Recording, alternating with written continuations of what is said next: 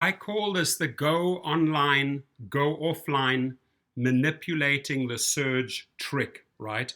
And you'll have to go online and offline maybe up to 5 times, but you will actually see the surge price change, right? I'm using the two phones. They're going on the one, going off the other, going on the other, going off the other, on two separate accounts, right?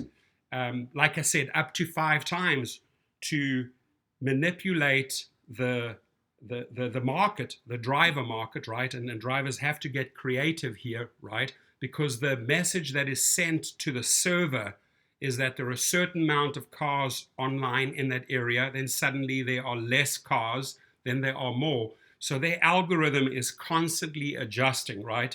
And then you lock in whatever suits you. So you leave it on the screen where you see the very highest surge. And in this case, provided to me by a friend, and I've done this several times, and I thought I'd better make a video about this because, in a way here we have a lot of collective power and can truly change the algorithms on their servers, right? We are regarded by them as independent contractors. They say we can go online and offline whenever we want. So we're not doing anything illegally here, right, by going online and offline.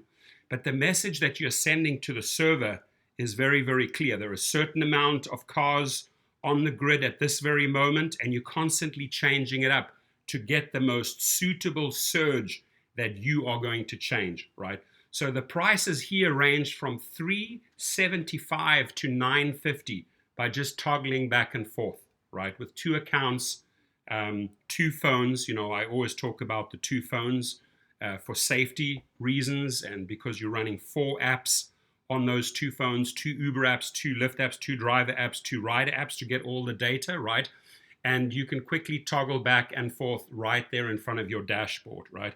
So here what I'm doing is I'm locking in the highest. I want to go for $975 because that is a huge difference between $350 and $975. That's $6.25 more that I am locking in by manipulating the surge. And like I said, sometimes I will do it up to 5 to 6 times to get higher pricing, right? And my buddy's video that he sent me, again, the audio was not captured, just the pictures, but when you look closely, you can clearly see the difference in pricing by simply going online, offline, online, offline, online, offline, online, offline.